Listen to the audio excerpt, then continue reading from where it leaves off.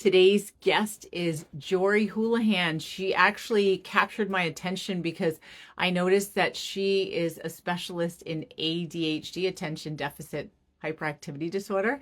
And so many of you guys in this community, unfortunately, have ADHD. Your kids have ADHD. I see you, Jorie. Let me see if I can get you in here. And ADHD and the shame cycle because glad it worked. So, you know, as many of you already know, like most people listening to this or watching this who are now or later are dealing with extraordinarily stressful circumstances, whether you're in the midst of a high conflict divorce or custody battle, or you're just continuing to co-parent with somebody who's triggering your PTSD with every communication. So before we even get into it, Jorie, like, what's up with the levels of ADHD diagnoses? I feel like when I was younger, we never heard about it, and now loads of people and their children are being diagnosed, and we see so many people in our own community who have it. Like, why? So it's not that ADHD is suddenly surging, it's just we better understand what it looks like. And especially when it comes to women and girls, they were primarily left off the list. It was seen as an adolescent boy thing. Yeah. And so then, and girls were not included in studies and the whole shebang. So in the recent years, I think the surge for women being diagnosed was when COVID hit and all of our worlds converged into one, right? Where all of a sudden now we're at home with the kids and our job and the home and everything else. We couldn't fake it till we make it anymore. Mhm. And we didn't know that this wasn't quote unquote normal, that we struggled with these things. And so I'm actually really thrilled that we are having so many more people diagnosed, because especially women, because I think studies now will be better. So we will Mhm. have we'll have better information, better research, better medication situations, the whole shebang. But it's mostly due to the fact that we just better understand what it looks like. It's very different in women and girls than it is from boys and men most of the time. And so, but even men are getting diagnosed later. Some of them are, because usually they're more the inattentive presentation, and Mhm. those that presentation is, the symptoms are much more subtle, and they look more like character flaws versus, a symptom. And so, because I know three people alone who were diagnosed later, men wise too. So yeah, so it is a good thing that it's happening. It doesn't mean that we're suddenly all getting ADHD. It just means that we are better understanding what it looks like. Yeah. So tell us a little bit about who you are and your background. Sure. So, my name is Jorie Houlihan. I call myself your guide for the dopamine deprived. I work as a certified life coach, specializing in working with women who were diagnosed later in life with ADHD or have come to accept their diagnosis later in life. I myself was diagnosed at the age of 49, 30 years after the first time I tried to talk to a doctor about it. So Wow. I really, yeah, so I really understand what it's like to live with it undiagnosed, think you're just lazy or stupid, and realize, oh, I'm actually not. I'm one of the hardest working people I know, and I'm actually really smart. I just didn't understand how my brain worked. So that's what I primarily work with my clients with, is helping them understand what their ADHD looks like, so that we can start to put some guardrails around the struggles, but also to help them understand what their strengths are. Because a lot of people don't realize, especially when they get to the point where they're calling me, they feel broken. Mhm. And so I think it's really important to make sure that people understand that they have strengths. Yeah. So let's talk about that a little bit about what it actually looks like, especially some of the subtle things, because it sounds like many people who have it are still not diagnosed. Yeah. So the more subtle version of it, there's three presentations.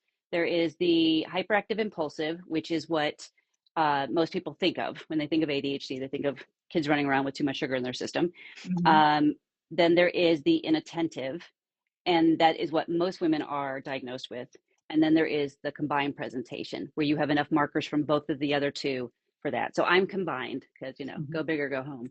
But the subtle hints of it are, if you were a kid who maybe always had the messy desk, the messy backpack, the messy room, um, it is struggling to get started on tasks. If you were the last minute term paper person, yep, that was me.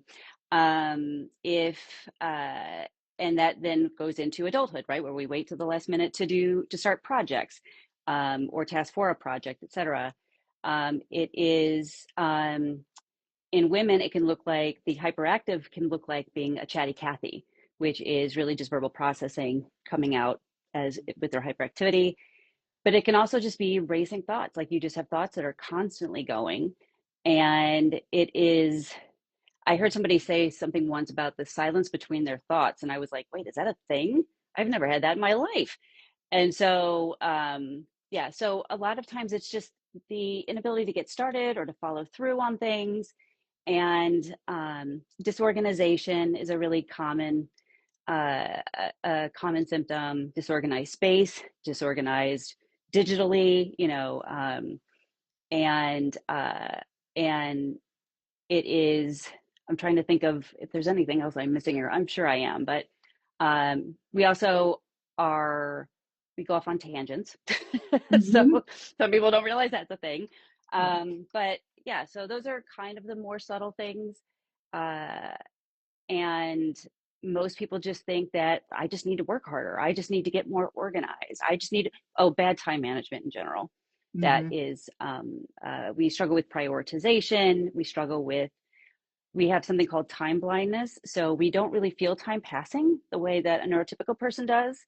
Mhm. And so we will just lose track of time because we don't feel it the way other people do. And we also have trouble estimating how long something will take. We tend to underestimate most things. And that is why people with ADHD are also notoriously late for everything. So I actually am on time for everything, but that's because I have a huge amount of anxiety about time. But Uh-huh. that's a whole other thing. So, but those are some of the more commonly known symptoms in terms of things that may be more subtle, or that people can dismiss as rudeness or entitlement or lack of intelligence, unfortunately, things like that, laziness. As you're saying this, I'm thinking about the overlap with our clients who are dealing with going through, let's say, a divorce, which involves loads of paperwork and deadlines and having to get things to an attorney, things that they're very uncomfortable with and anxious about. And many of them feel a sense of paralysis, like this is too much for me. I don't even know where to get started. I'm supposed to have this stuff back to my attorney. There's something called interrogatories where you have to answer a whole bunch of questions about like money in the past, and it's like they just freeze. And I feel like, is it is it That, ADHD, or is that just a situation where anybody would feel that way? But I see women in particular really beating themselves up about it, like, what's wrong with me? My lawyer's getting really angry at me. yeah, They're yelling at me. I feel like I can't do anything right. My ex is furious. Like, the kids are upset. I feel like I can't do anything right. Like, I can't yeah, parent. I can't function. And the distraction in general from having to live through this type of situation where, like, not, you can't focus, period, even for someone who's neurotypical. So right. Yeah. yeah. I So imagine as that. you were describing what that was, I was like, myself, and I've never even been through that. Yeah, so Good. ADHD paralysis is a very real thing, and it is due to overwhelm. We have a low threshold for frustration, and Mhm. we are easily overwhelmed with, not always, but for things like that. Um, so how do I describe? So we have what's called an interest-based nervous system. So if we're interested in it, we'll be on top of it. We'll know every detail about it. But if it is something like this, where because there's obviously a lot of emotional components to this, right? They're watching their marriage end. There's like, and now you've got to deal with all this like red tape and stuff that is just, it, it is when you feel, sometimes the task feels too big, right? Mhm. Like if you have to answer all these questions, you got to go look stuff up. I mean, yeah, that is that is one of the first things that will kick in the paralysis. There's Hmm. just, it feels big. Yeah. And then, or it feels like it's going to take too much time, or maybe they're not sure what the next step is. Our brains don't work well with vagueness. We need to be really All clear of on what that. steps are. All of that. Yes. And sometimes it is because it is, well, in this case, I wouldn't put it quite in this category, but sometimes it's also just because it's boring. And so there's no dopamine in it. And our brain is low on dopamine, which is why we struggle with task initiation, because you need dopamine to start tasks. Mm. And so it's what gets you to do the thing. And it's also what gives you a sense of accomplishment. And we are low. And so, but the whole situation then, when you add we also have emotional dysregulation. ADHD is in large part a self-regulation challenge. So it's actually not that we don't, the name is terribly misleading because it doesn't even imply, it says it in the name, that we have a deficit of attention, but actually our brain wants to pay attention to everything. We can't always regulate where that attention goes. Mhm. We also struggle with emotional regulation. So we're often told we're too much or too sensitive or too whatever, but Mhm. it is just us. We until you understand what that looks like for you, it is really hard to navigate that. And so when you add the emotional intensity of what's going on with the divorce and everything else, with all that paperwork and the questions, and it feels like it's so big, yeah, it does not surprise me at all that ADHD paralysis is all over the place. Yeah. So I thought also I want to get into some myths or misconceptions about ADHD. I thought, and then I learned differently, that ADHD was a diagnosis and it never changes. But then I was told it's actually an anxiety diagnosis and you don't necessarily always have ADHD. Like it can come and go. Is Mm, that true? no, no. Oh, okay. So, no. So anxiety very often comes with ADHD. So, for example, like one of your people that's like they have to do this paperwork, right? And it will look like they're being lazy. They'll be on their phone doom scrolling, but in their head, they're like, go do the thing. Just go do the thing. Why can't I do the thing? And the Hmm. Hmm. self talk is horrendous. We are our own worst bullies. And so the anxiety can come with untreated ADHD, even sometimes with treated ADHD, depending on the circumstances. Um, it used to be thought that the presentation you were diagnosed with was it, that was all you had. They are Hmm. now understanding that you can fluctuate throughout those presentations depending on certain situations going on in your life. And so, but your diagnosis doesn't change. You don't have to go in to go get a new thing. But in terms of anxiety and depression are very often side effects of untreated ADHD. Now, they can be their own thing. And I'm a very big advocate for, if you can, please get an assessment done, because that can kind of help you figure out all the things that are going on. But neuropsych evals are not necessarily inexpensive. And so some people opt to not do it because they're like, well, I'm pretty sure I have it. And then but it leaves them without all the resources that they might be eligible for if they did have the diagnosis. Hmm. Um, and so I know that because of cell phone usage, a lot of people are saying, oh, it's more because of cell phones. The cell phone thing is kind of, I think, creating its own problem, Yeah. right? Um, but for people with ADHD, you have ADHD for life. Like very, very few people outgrow it. They used to think you could outgrow it more than you do. um, it just it just changes as you change and as you evolve. Our frontal lobe develops slower by about 30%. So most people, their frontal lobe is fully developed by 25, 26. And Hmm. for us, it's closer to like 32, 33. So, so when you factor all of that in too, of course, then there's going to be some anxiety. If you're watching friends of yours who maybe don't have ADHD starting to really accomplish things and you're feeling really behind, because that is a Hmm. very common thing, is we always feel like we're behind everybody else. So I don't Yeah. know if I answered your question, You but did, you did, you did. And I'm like trying to look at you and take notes, all these notes at the same time. Um, yeah, well, I'm glad you clarified that because so my original thing was that you did have it for life, but it's interesting how um, it grows with you, like in different ways. And yeah, yeah, because yeah. there may be people who are more the hyperactive impulsive side of it, right? But then they may go through something where maybe they just have a lot more on their plate than they normally do. So then the more subtle, inattentive things start to be a little bit higher profile. And so menopause has a direct connection with all of this because dopamine is directly connected to estrogen levels. So when our estrogen drops in perimenopause and menopause, that is why so many women who don't have ADHD start to think they maybe have it when they get to that point, but it's really just their estrogen is dropping. And I kind of am like, yeah, so, but this is what I've been like my entire life. Now it's like much worse because my estrogen is also dropping. So I have even less dopamine. But that's why women, when they're going into menopause, they talk about the brain fog and the forgetfulness Mhm. and that kind of thing. So there are so many components to this. Most people tend to think of ADHD as either somebody running around with too much sugar in their system, and it's just always this physical hyperactivity. And for some, it is. That is the component. And they also just think it's a lot of squirrel, right? Squirrel, blah blah blah. Mhm. And those are kind of the least of my problems. Like out of sight, out of mind is a huge problem for me. So Mhm. if it's not directly in front of me, it doesn't exist in my brain. And then the problem is if it's static in front of me, then my brain will stop seeing it. It blends into the background. So you have to know what it looks like for you. So I know, like, if I have a sticky note on my screen, I have to move it around, or I have to change the color of the sticky note or whatever, so that it doesn't, until I do whatever the sticky note wants me to do. Things like that. That's fascinating. And especially what you mentioned about always feeling behind. Yeah. Yeah, as I you're I talking, I'm thinking of certain clients. I'm like, oh, okay, I noticed that. yeah, the last time I had talked to a doctor about this prior to my actual diagnosis was about 8 years before my diagnosis.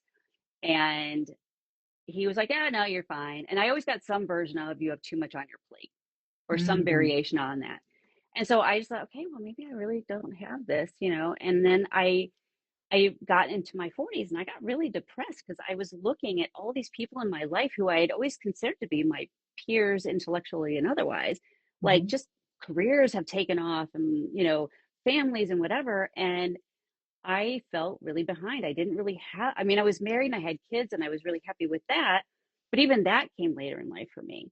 And so I got really depressed and I kept thinking, is this really all I'm capable of? I just always thought I would do so much more with my life. Mm. And so then when COVID hit, it wasn't even COVID per se. I am in a mastermind with two women, and I kind of jokingly said, because this was when ADHD started to become a big thing on TikTok. And Mhm. I was resonating with a lot of what they were talking about. But I was like, well, I'm not self-diagnosing myself from TikTok videos. And but I was like, but I've already talked to doctors and they say it isn't, but I don't have this. Mhm. And then in one of my mastermind meetings, I don't even know what I did, but I kind of half jokingly said, "Oh, sorry, I think I might have ADHD." And one of the women in there said, "Actually, I think you do. And I think it's why you struggle so much. And I think you're always going to flounder until you get this figured out." And so it was incredibly, I mean, that changed my life, her saying that.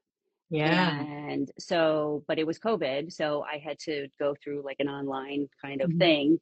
But it changed everything for me. So it is, it is something where for those women who are feeling really behind, or the men too, I don't want to exclude the men, know that you are exactly where you're supposed to be, right? It doesn't feel good sometimes when you feel like you're behind all the time. But as one of the other women in the mastermind pointed out to me, maybe I had to go through all of this in order to be able to really do what I'm going to do next. She knew what I was going to be doing before Yeah. I even knew. Yeah. But you know, I really, my biggest hope is that we can start getting girls in particular diagnosed sooner, because when I think about how much potential has been left on the table because Yeah. these girls have been told that they're just lazy or messy or chatty or flaky, when really they were struggling with executive functioning and they were struggling with emotional regulation.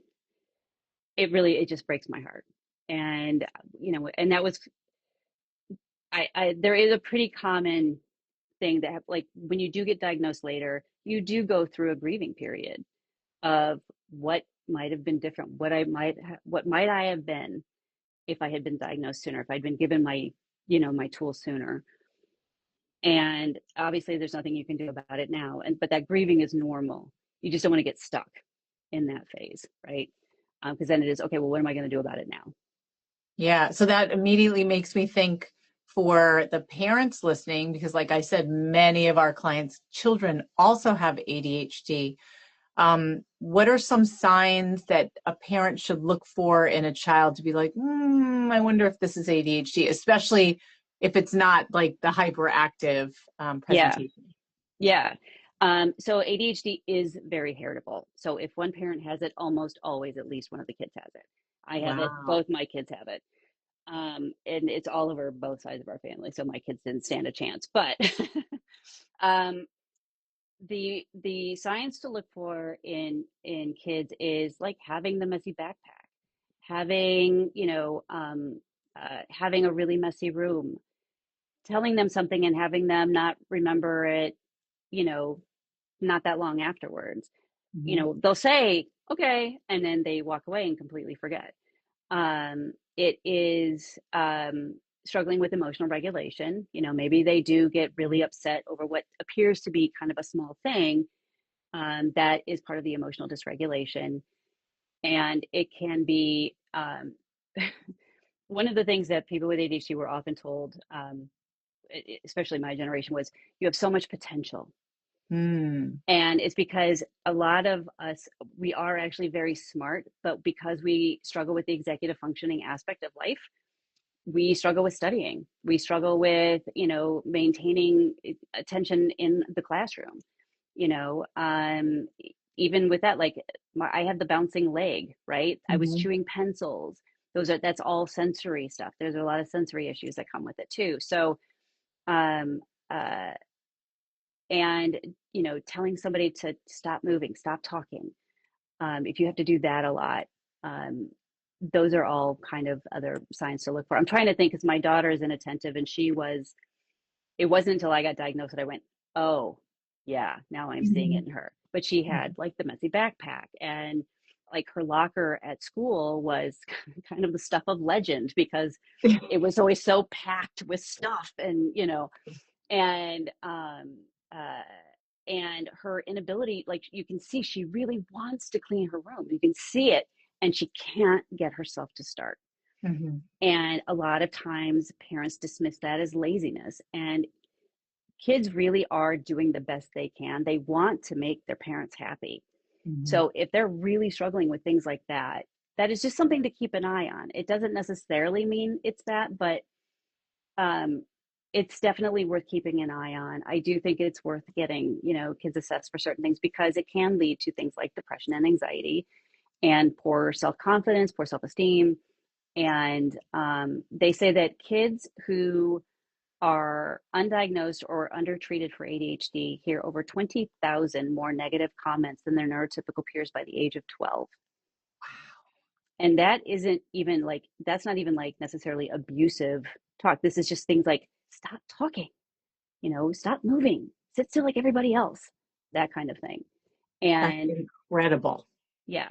And I mean, and I know what's going on with my kids. And sometimes I still say these things because I'm like, what are you doing? And then I'm like, wait, you know what's going on, but in Yeah. the moment, it's sometimes really hard. Mhm. But it is important to see it and know they really are doing the best that they can. They just need to get the tools to help them navigate a lot of this because like their frontal lobe is still developing, Mhm. and they're just trying to get through life too. And sometimes by the time they get home, especially they've been at school, they've been trying so hard to sit still, right, not talk, do well on studies that they find incredibly boring. So their brain is just like, I don't want to be doing any of this. Mm. And then they get home and then they tend to, because home is where a lot of these kids do feel safe enough to do that. But then it's really hard for the parents because then the parents are dealing with the fallout, right? And so those are just a few things that they can kind of look for with that. But it is very, very prominent, like I said, via heredity, that Yeah. it's Oh my passed God. on. Really good to know. So you just mentioned some tools, and of course, our audience loves practical, actionable advice. So what are a couple of tips for people who either think they have ADHD, already know they have ADHD, and their kids may have it too? Like, what are some common things you'd say, okay, think about this first? So usually when they have to do, so like you were talking, when we first started, you were talking about these forms they have to fill out, right? Mhm. And so, and they get completely overwhelmed and then they feel terrible about themselves. And it's this horrible shame spiral that happens. Yeah. And so, what I say to my clients is when you're feeling resistance to doing a task, just say, okay, I'm feeling resistance to doing this. What am I feeling resistance to? And always, always, always look at it through a lens of curiosity, not judgment. Hmm. Judgment just brings more judgment, but curiosity tends to bring answers or at least better questions, right? Hmm. So, sorry, my nose is itching. So, when you're feeling resistance to doing a task, there's usually four questions that I will ask, which is, does this feel too big?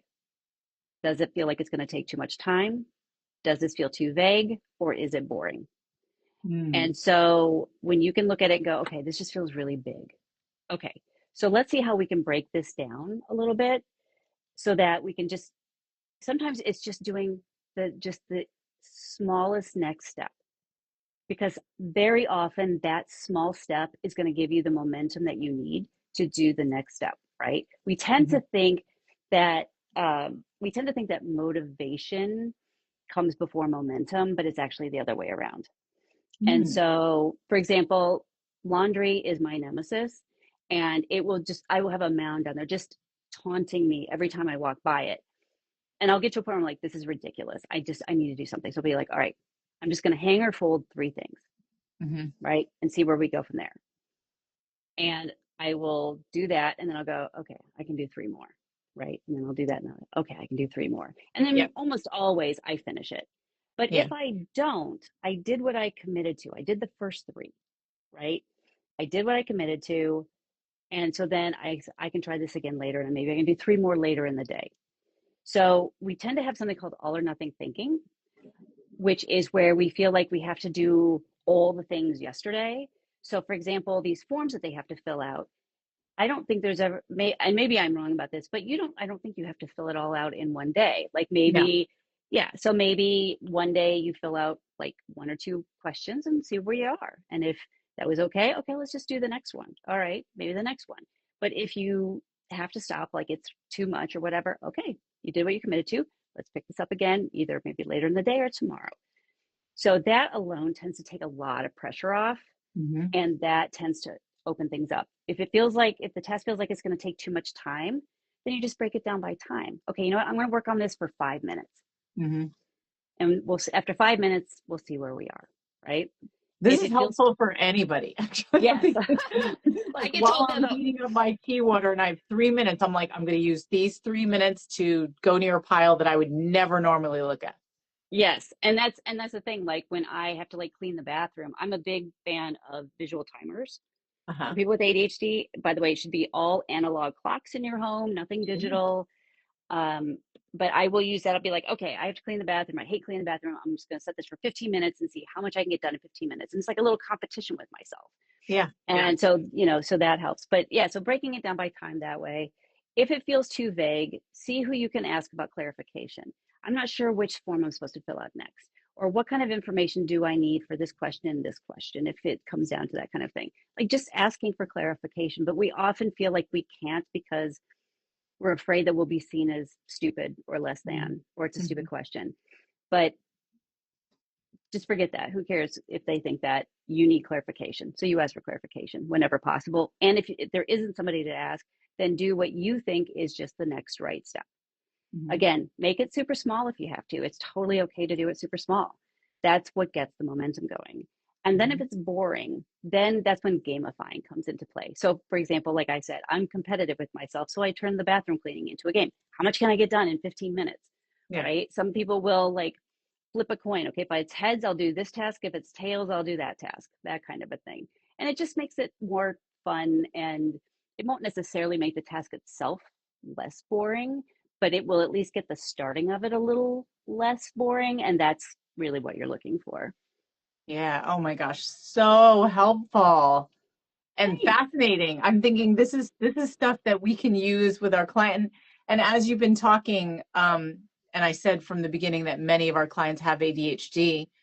Our clients are the most incredible people in the world. They tend to be super creative, responsible, Yes. um, funny, really, really capable of doing things, but they just get a bit distracted, and they really feel the number one word is overwhelmed, Yeah. whether it's situational or what you're talking about, but overwhelmed is big. So I love how you broke it down into the 4 questions and went through different examples for each one, especially the thing about having analog timers rather than digital, so you could see the visible progress, Yes. as And well as that's the gamifying thing. and analog clocks in the home as well, like regular analog clocks, because the problem is with digital, that's showing you one moment in time.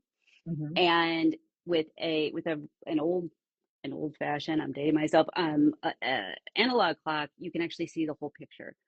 And it just helps our brain that already finds time to be very abstract, like at Mm-hmm. best, Yeah. make it a little more concrete. And, so for example, if you're like, okay, what time do I have to leave? And you look at a clock and you have to be somewhere by 4, for example, and it's 3:20. Now your brain, and on a digital clock, your brain has to now do math. How much time do I have? Mm-hmm. And it's not that we can't do math, but it's one more step. And it's Yeah. really about simplifying things so that you don't end up in decision fatigue. Mm-hmm. Whereas with an analog clock, you can just kind of see and go, I have 20 minutes. You know what I mean? Like, Yeah. exactly. Yeah. It's just easy. It's just a different thing. So I am a big fan of analog clocks. I'm also a big fan of externalizing your thoughts. Write everything down. The second you hear yourself say, oh, I don't need to write that down, I'll remember it, write it down. I'm telling you, you will forget it before that sentence is out of your mouth. Ask me how I know this. So we just do better by writing things out initially. You can always add things to digital form later if Mm-hmm. you really want to, but analog, including writing things out, is usually the best way for us.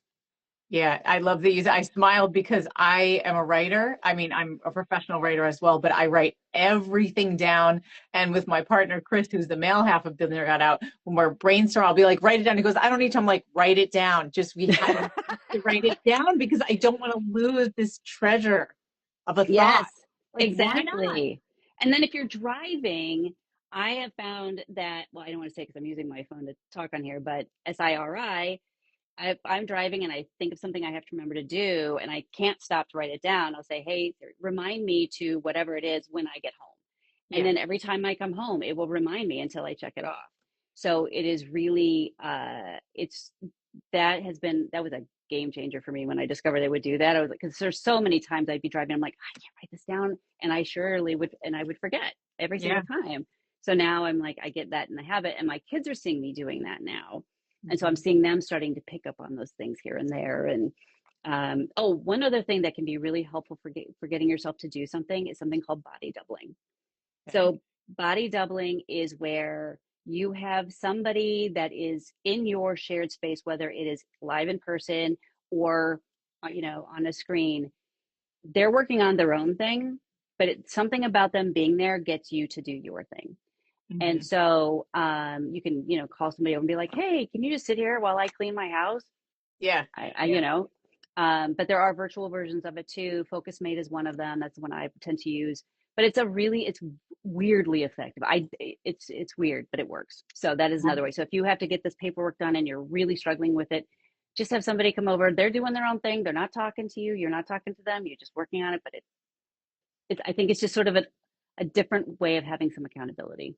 It's so interesting because many of the things that you've mentioned here, I do without realizing that it's helpful, because I find it helpful too. Like my partner and Yeah. I sometimes will say, let's both go on a Zoom and do our own thing, but commit to working for an hour. Yeah. And that Yeah. I can look at you and you can look at me and be like, wait, you got to stay in the seat. You can't get up and get like 4 cups of tea. Like you got to stay for most of it. So it Yeah. makes so much sense. I mean, again, this is really helpful for anybody, whether they have ADHD or not. These are just excellent time management and organizational skills. And I used to teach high school. So I'm just like, this would be great in the classroom as well. And then even just breaking things down into little steps. That's what we do. That's what I do personally. And that's what we have our clients do, because they are so overwhelmed. Is like, let's do three, like you said, let's do 3 questions. Let's spend Yeah. 5 minutes talking about this. And then also how you mentioned the brain being low on dopamine and needing to have thing like tasks that you can kind of start and finish, like that sense of accomplishment with little tiny things to feel like, oh, I can keep crossing this off my list. Yeah. And when people think that that isn't anything, I'm like, I always say, okay, think about how many times you have had a to-do list and you went back and added things to the to-do list that weren't originally on there, but that you did, because Mhm. there's something about that checking off the I box know. I that want to does, write it and just, yeah, it gives you dopamine. So like, don't yeah. dismiss it and don't judge the size of your wins. Like Hmm. when you, if you do something that for you is challenging, don't worry about if anybody else thinks it's hard or not. It's apples to oranges. If it was hard for you and you did it, celebrate it, right? Be like, I did it, and you can do a little happy dance, whatever, but I'm a big fan of celebrating your wins, or at least acknowledging them. We don't have a natural sense of accomplishment because we're low on dopamine. We tend to just be more relieved it's over with. Which is Yeah. a little sad, but so I'm like, I have to train people to like to celebrate and to be like, you did it and this is awesome, but don't judge the size of it, because what is easy for somebody else may not be easy for you, but things that are easy for you may not be easy for somebody who is neurotypical. So as you mentioned, we are very creative. We're out of the box thinkers. We are 5 times more likely to be entrepreneurs because we Hmm. see gaps. We are really great with like pattern recognition. There's just so many things we are naturally good at. We almost always can do, maybe not always, but we're really good at figuring out the end of movies before other people, that kind of thing, which, I don't know if you can get paid for that, but it's kind of a fun thing we can do. And so when you can look at the things that are your strengths, right? And we are also really empathetic. And I think that comes Hmm. from under, we know what it's like to have something that is invisible, that people can't see, that we're really struggling with. Because I very often, if somebody is like, being mean or whatever to somebody, the first thing my thought is, I wonder what's going on with them that we're not seeing, Hmm. right? Because there's almost always something. But it just makes us more empathetic, and I think that is a really great quality to have, especially right now in the world. So, Yeah. Yeah. it's, everything seems like it's on fire. So it's nice to have empathetic people out there. So Yeah. don't dismiss that. Yes, and there's many in this community. That's part of why they're my favorite people. And what you mentioned, and then I'm going to finally let you go before you introduce how to, or before you say how people can find you, is having something to celebrate. We're the same. So we also celebrate. We have, we call it like the balloon guy. So, Hmm. outside used car sales, there's those Oh yeah. balloon things. So we have a mini one, and we have a whole thing called From Puddle to Ninja, because our clients they're often in a puddle state when they meet us, and then they become really good and confident. Oh, So we have like a mini one, and in our weekly legal abuse support group, when someone says something that maybe doesn't sound like progress or achievement, we'll like say, "Oh, you get the balloon, man," and but that's our yeah. Oh, symbol I of love like, that. yes, I progress and love success. that. Yes. You got Yes, to celebrate it. You really I do. It makes know. such a big difference. It does. It does. So, Jorie, how can people find you?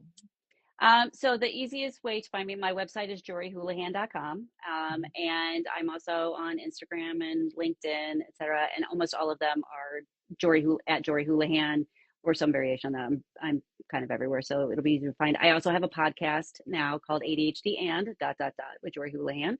That you can listen to anywhere that you have a podcast or on YouTube. Great. All right. Well, thank you so much. I love you've given like so many actual uh, activities and things that people can do. This has been really, really helpful. And Well, I'm sure this, thank you for having me. I love helping in this department, so I'm really that I'm glad it was helpful. yeah, absolutely. All right. So let's definitely not make this the last conversation. Absolutely, I would love that. Okay. All right. We'll All see right, you soon. Okay. all right. Bye. Thanks. Bye.